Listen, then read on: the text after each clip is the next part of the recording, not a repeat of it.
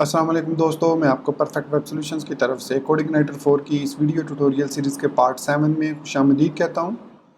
दोस्तों, मेरा नाम इमरान कासिम है और आज के इस कोडिग्नाइटर 4 के वीडियो ट्यूटोरियल में हम डिस्कस करेंगे कि किस तरीके से व्यूज़ को यूज़ करते हुए हम लेआउट्स क्रिएट कर सकते हैं और टेम्पलेट्स क्रिएट कर सकते हैं, जिनको हम प्रॉपरली एक टेम्पलेट इंजन के थ्रू यूज़ कर सकते हैं इन कोडिग्नाइटर 4। तो मैं उम्मीद करता हूं कि आप मेरे इस वीडियो ट्यूटोरियल को एंड तक देखेंगे और इसको लाइक भी करेंगे। इसके अलावा अगर आप हमारे इस चैनल परफेक्ट वेब सॉल्यूशंस पर न्यू हैं तो इसको सब्सक्राइब करते हुए बेल के आइकन को प्रेस करते हुए ऑल नोटिफिकेशंस को ऑन कर लीजिएगा, ताकि आने वाले वीडियो ट्यूटोरियल्स की नोटिफिकेशंस आपको मिलती रहे और आप उनसे अप टू डेट रह सकें। Thank you very much. तो चलिए शुरू करते हैं आज के इस कोडिग्नाइटर 4 के वीडियो ट्यूटोरियल को। तो मैं यहाँ पर इस वक्त सबलाइम टेक्स्ट 3 में मौजूद हूँ और ये हमारा लास्ट प्रोजेक्ट था, जिसमें हमने लास्ट ट्यूटोरियल था जिसमें हमने ये देखा था कि किस तरीके से हम हेडर और फुटर्स को डिवाइड करके उसको पेज को व्यूज़ को लोड कर सकते हैं। और यहाँ पर व्यूज़ के अंदर हमने देखा था टेम्पलेट्स पार्ट्स क्रिएट किए थे हेडर और फुटर के नाम से, और फिर उनको हमने कंट्रोलर के अंदर इको किया था व्यू मेथड के थ्रू। और जो डाटा होता था वो हम हमेशा जो है वो बेस टेबल को पास करते थे, बेस व्यू को पास करते थे, जिस व्यू को हम सबसे पहले कॉल करते हैं ताकि उसका जो डाटा है वो दूसरे दो जो या तीन जितने भी व्यूज़ हैं उनको पास हो सके। तो अब हम देखेंगे कि इसमें कोडिग्नाइटर 4 में हमारे पास एक टेम्पलेटिंग इंजन भी प्रोवाइड किया गया है, मतलब टेम्पलेटिंग सिंटैक्स कुछ दिए गए हैं जिनकी मदद से हम इस टेम्पलेट को बेहतर तरीके से क्रिएट कर सकते हैं। ये जो तरीका है जो आपने पिछले वीडियो ट्यूटोरियल में सीखा है ये भी वैलिड है, और जो मैं आज के इस वीडियो ट्यूटोरियल में आपको सिखाऊंगा लेआउट को इस्तेमाल करते हुए वो भी इससे काफ़ी बेहतर है। उसमें हमें ज़्यादा एको नहीं करने पड़ते व्यूज़, सिंपली हमें रिटर्न व्यू करना पड़ता है एक सिंगल व्यू, और बाकी वो व्यू खुद उनको टेम्पलेट्स को लेआउट्स को लोड करते हैं। तो उसको क्रिएट करने का तरीका यह है कि टेम्पलेट के अंदर हम कोई भी एक नाम देंगे उसको, जैसे मैं इसको नाम दे देता हूँ base.php। अब इस base.php के अंदर हम अपने हेडर और फुटर दोनों को मर्ज कर देंगे। मतलब यहाँ से मैं header.php से हेडर को कॉपी करता हूँ और इसको बेस में पेस्ट कर दूंगा, और उसके बाद footer.php से मैं इस फुटर को कोड को कॉपी करता हूँ सारा, और इसको भी मैं बेस के अंदर यहाँ पर पेस्ट कर दूंगा। सो ये अब हमने एक लेआउट बना लिया। अब इस लेआउट को किस तरीके से हमने इंजेक्ट करना है अपने व्यूज़ के अंदर, उसका तरीका यह है कि कोडिग्नाइटर हमें तकरीबन आप कह लें कि 4 ऐसे फंक्शंस प्रोवाइड करता है जिनकी मदद से ये काम हम कर सकते हैं। इसके अलावा हम टेम्पलेट्स के साथ पार्शल्स भी क्रिएट कर सकते हैं, जिनको एज नीडेड हम जो है जहाँ पर ज़रूरत हो वहाँ पर लोड कर सकते हैं। तो सबसे पहले हम लेआउट को देखते हैं, फिर उसके बाद हम देखेंगे पार्शल्स को कैसे इंक्लूड करते हैं। तो यहाँ पर मैं सिंपली लिखूँगा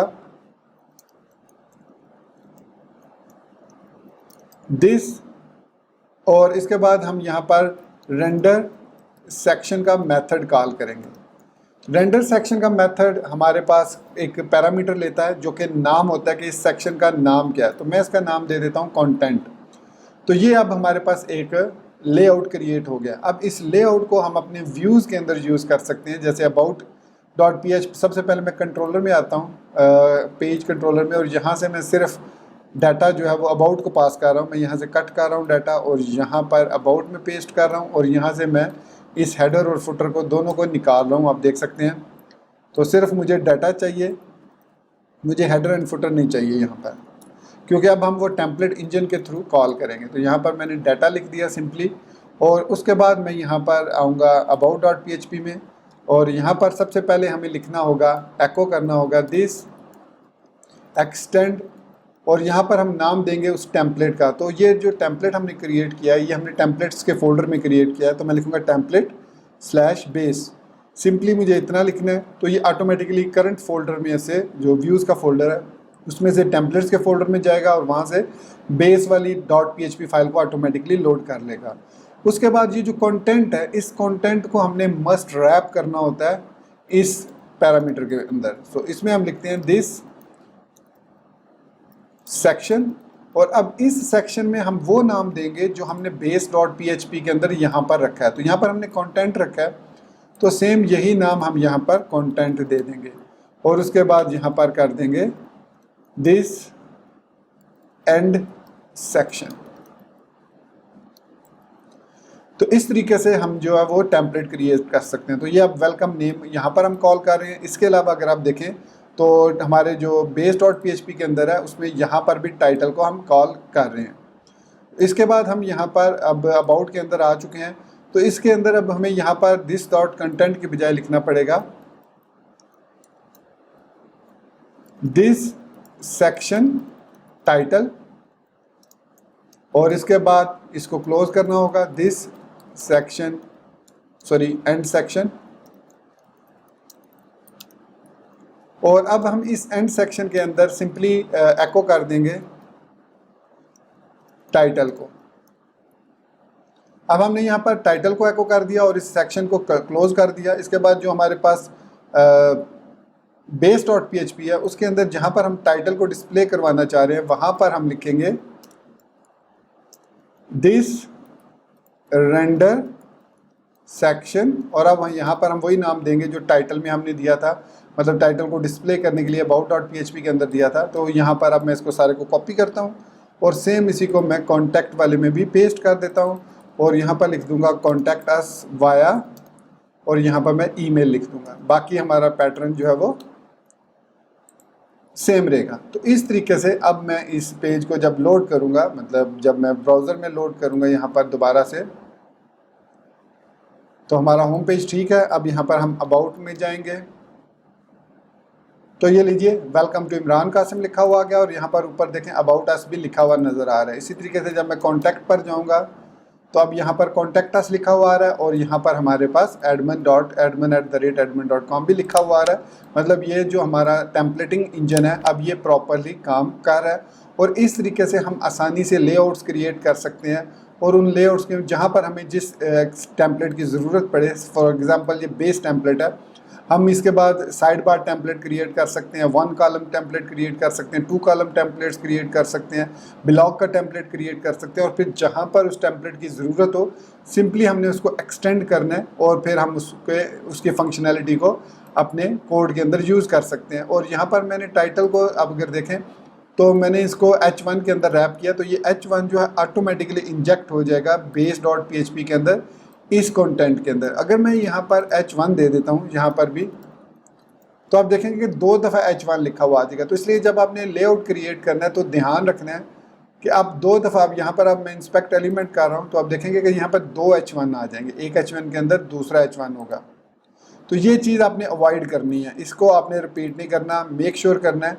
या तो आप डिव यूज़ करें, यहाँ पर मैं आपको जूम इन कर लेता हूँ थोड़ा सा, तो ये देखिए एक H1 यहाँ पर आ गया और एक H1 यहाँ पर आ गया। तो ये रेपिटेशन ऑफ वर्ड है, मतलब या तो आप यहाँ पर H1 लिखें, यहाँ पर लिख लें और फिर आप इसको यहाँ पर ना लिखें, यहाँ पर सिंपली आप वेलकम HTML लिखें, लेकिन that is not appropriate. Appropriate way यही है कि यहाँ पर अगर आपने इसको इनक्लोज करना है टेम्पलेट के अंदर तो हमेशा इसको डिव के अंदर दें, रैप करें और इस डिव को सपोज मैं नाम क्लास दे देता हूँ कंटेनर, क्योंकि हमने बूटस्ट्रैप लास्ट वीडियो ट्यूटोरियल में ऐड किया था। तो मैं यहाँ पर अगर इसको कंटेनर दे देता हूँ और फिर इसके अंदर रो या कॉलम जो भी मैं देना चाहूँ वो मैं ऐड कर सकता हूँ और उसी की मदद से हम डिफरेंट टेम्पलेट्स भी क्रिएट कर सकते हैं। तो ये अब मैंने कंटेनर दे दिया। अब मैं दोबारा जब इसको रीलोड करूँगा तो अब ये हमारा जो कॉन्टैक्ट अस है ये अब एक कंटेनर के अंदर आ रहा है। यहाँ पर आप देख सकते हैं बॉडी के अंदर डिव कंटेनर यहाँ पर आ रही है और यहाँ पर अगर हम इसको कंटेनर फ्लूइड देंगे तो ये कंटेनर फ्लूइड कुछ इस तरीके से ऐड हो जाएगी। तो दोस्तों इस तरीके से हम सिंपली टेम्पलेट्स इंजन को, इस टेम्पलेट रेंडरिंग इंजन को यूज़ करते हुए आसानी के साथ different kinds of templates create कर सकते हैं। अब सम टाइम ऐसा होता है कि कुछ हमें ऐसे पार्शियल फाइल्स क्रिएट करनी पड़ती है जिनको हम कंडीशन बेस पर कहीं पर भी लोड करना चाहें तो लोड कर सकते हैं, या फिर हम ये कह सकते हैं कि हमने 2 डिफरेंट किस्म के टेम्पलेट इंजन क्रिएट किए हैं, टेम्पलेट्स क्रिएट किए हैं और उन टेम्पलेट्स में एक के अंदर साइड बार आ रही है और एक के अंदर साइड बार नहीं आ रही। तो इस तरीके से हम पार्शियल फाइल्स भी क्रिएट कर सकते हैं। सपोज इसी टेम्पलेट व्यूज़ के फोल्डर के अंदर मैं एक न्यू फोल्डर क्रिएट करता हूँ और इसको नाम दे देता हूँ पार्शियल्स। पार्शियल्स के अंदर हम पार्ट ऑफ कोड ऐड करते हैं और जहाँ पर ज़रूरत होती है उस कोड को हम इंजेक्ट कर लेते हैं। फॉर एग्जांपल यहाँ पर मैं एक न्यू फाइल क्रिएट करता हूँ sidebar.php। अब ये जो sidebar.php है ये इस बेस टेम्पलेट का हिस्सा नहीं है। इस sidebar.php के अंदर यहाँ पर मैं एक और काम करता हूँ कि मैं ब्राउज़र में आता हूँ और यहाँ पर जाऊँगा मैं getbootstrap.com पर और यहाँ से मैं एक टेम्पलेट कंपोनेंट लोड करूँगा जो कि डिस्प्ले करता है लिस्ट के अंदर। और सॉरी, ये गेट लेमिनस आ गया। ये लेमिनस पर भी मैंने कंप्लीट क्रैश कोर्स बनाया हुआ है, अगर आप देखना चाहें तो वो देख सकते हैं। तो यहाँ पर मैं डॉक्यूमेंटेशन में आऊँगा बूटस्ट्रैप 4 की, और यहाँ से कंपोनेंट्स में आऊँगा। तो कंपोनेंट्स के अंदर यहाँ पर हमारे पास लिस्ट के नाम से लिस्ट ग्रुप, ये हमारे पास डिफरेंट लिस्ट ग्रुप यहाँ पर मौजूद है। जिस तरह ये कोड आपको नज़र आ रहा है, आप किसी एक को भी यूज़ करना चाहें, for example links and buttons को, इसको मैं यूज़ करना चाह रहा हूँ, तो मैं इसको कॉपी करता हूँ।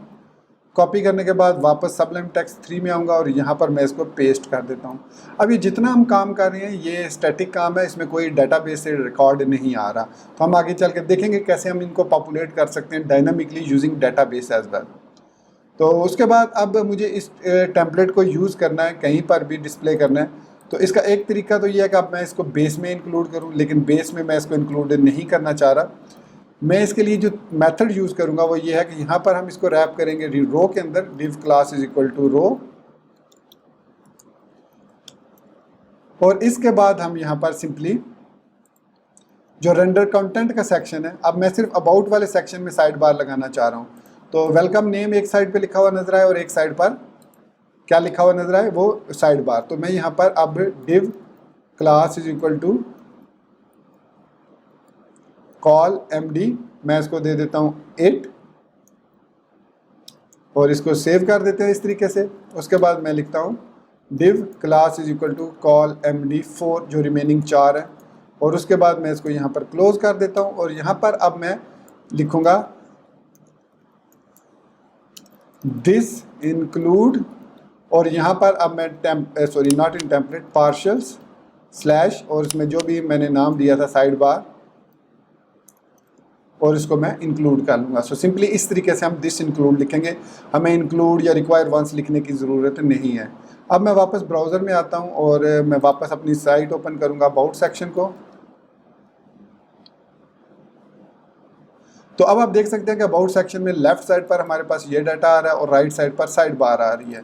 लेकिन जब मैं कॉन्टैक्ट को ओपन करूँगा तो आप देखेंगे कि कॉन्टैक्ट के अंदर हमारे पास साइड बार नहीं है, और प्लस हम अब कॉन्टैक्ट के अंदर इसको डॉट कॉल md 12 कर सकते हैं, और इसको मैं यहाँ पर सेव कर सकता हूँ।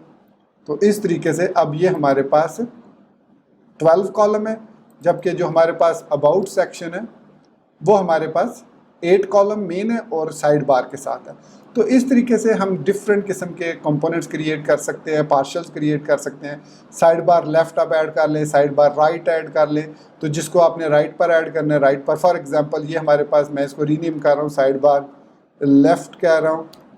इसी तरीके से मैं एक और फाइल क्रिएट कर लेता हूँ पार्शल्स के अंदर, side bar dash right dot php। तो बेसिक सारी php फाइल्स ही होंगी। तो अब साइड बार लेफ़्ट से मैं सारा डाटा कॉपी करके साइड बार राइट में भी पेस्ट कर देता हूँ। अब मैं इसको कॉन्टैक्ट के अंदर दोनों साइडों पे रखना चाह रहा हूँ, साइड बार लेफ़्ट और साइड बार राइट।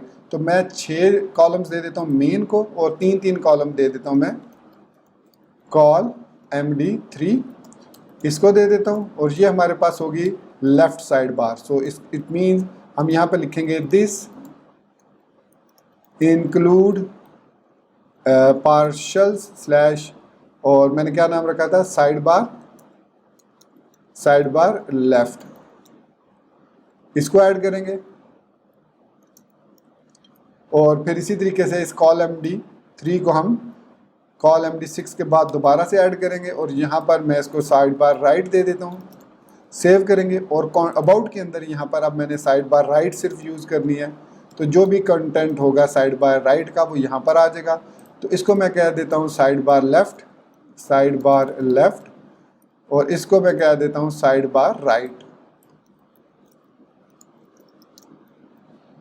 तो इस तरीके से हम जो है वो टेम्पलेट्स को क्रिएट कर सकते हैं इन कोडिग्नाइटर 4। तो अभी हमारे पास देखिए साइड बार राइट आ गई, और कॉन्टैक्ट में जब हम जाएंगे तो कॉन्टैक्ट में हमारे पास साइड बार लेफ़्ट भी है, साइड बार राइट भी है, और कॉन्टैक्ट अस जो है वो अब एज अ कॉन्टेंट दरमियान में आ रहा है। तो ये था तरीका कि किस तरीके से हम सिंपली 3-4 मेथड्स हैं उनको इस्तेमाल करते हुए लेआउट्स क्रिएट कर सकते हैं इन कोडिग्नाइटर 4। तो दोस्तों ये था हमारा आज का कोडिग्नाइटर 4 का वीडियो ट्यूटोरियल, जिसमें हमने लेआउट्स को क्रिएट करना सीखा कि किस तरीके से हम लेआउट्स को क्रिएट कर सकते हैं कोडिग्नाइटर 4 के टेम्पलेट इंजन को इस्तेमाल करते हुए। अब नेक्स्ट वीडियो ट्यूटोरियल में हम देखेंगे कि किस तरीके से हम अपने डाटा को डायनामिक बना सकते हैं और इसके लिए कैसे कोडिग्नाइटर हमें फैसिलिटी प्रोवाइड करता है कि हम इसको डाटाबेस से कनेक्ट कर सकें और फिर डाटाबेस के अंदर टेबल्स वगैरह क्रिएट करना सीखेंगे। मतलब अब हम MVC पैटर्न के मॉडल सेक्शंस पर बात करेंगे नेक्स्ट वीडियो ट्यूटोरियल से। तो मैं उम्मीद करता हूं कि आपको मेरा ये वीडियो ट्यूटोरियल पसंद आया होगा और आप ऑलरेडी इसको लाइक कर चुके होंगे। नए होने की सूरत में चैनल को सब्सक्राइब करते हुए बेल के आइकन को प्रेस करते हुए ऑल नोटिफिकेशंस को भी ऑन कर चुके होंगे। सो दोस्तों इसी बात के साथ मुझे इजाज़त दीजिए, मिलते हैं नेक्स्ट वीडियो ट्यूटोरियल में। Till then, thank you very much for watching this video tutorial. Take care, good bye and अल्लाह हाफिज़।